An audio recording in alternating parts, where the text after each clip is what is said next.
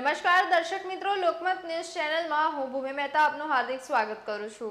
વડોદરા ખાતે diabetes cardio metabolism disease અંગે ત્રીજી મેકાટોન રાષ્ટ્રીય કોન્ફરન્સ યોજાઈ રહી છે, જેમાં દેશભરમાંથી અનેક ખ્યાતનામ ડોક્ટરો જોડાયા છે। જે દરમિયાન મહિલાઓને થતા રોગ અંગે શહેરની જાણીતી મહિલાઓએ પોતાના વક્તવ્ય રજૂ કર્યા હતા।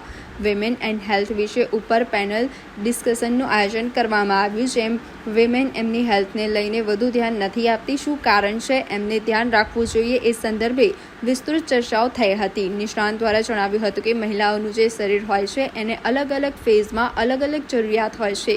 ન્યુટ્રિશન હેલ્થ ચેકઅપ કરાવવાની જરૂર હોય છે।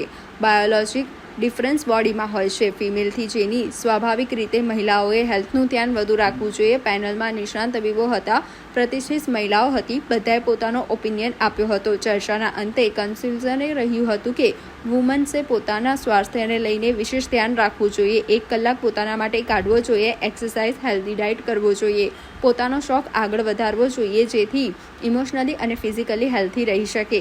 મિસિસ ઇન્ડિયા 2020 પૂજા દેસાઈ દ્વારા જણાવ્યું હતું કે કામ દરમિયાન શાંત રહેવું તે નેચરલી નથી આવતું, તે સ્કિલ સેટ છે જે ડેવલપ કરવું પડે છે, જેમાં ડાયટ, એક્સરસાઇઝ અને મેન્ટલી સ્વાસ્થ્ય રહેવા તે પોતે મુદ્રા કરે છે, મસલ્સ ટેન્શન રિલીફ મસાજ પણ કરે છે।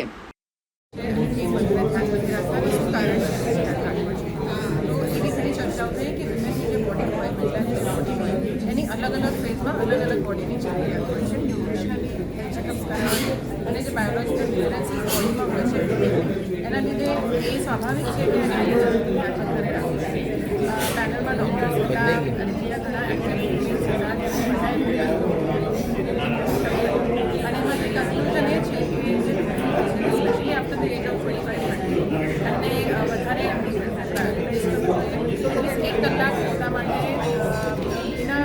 મગર ચૂકે કરવો જોઈએ, એક્સરસાઇઝ માટે, સારી ડાયટ માટે, પરફેક્શનો માટે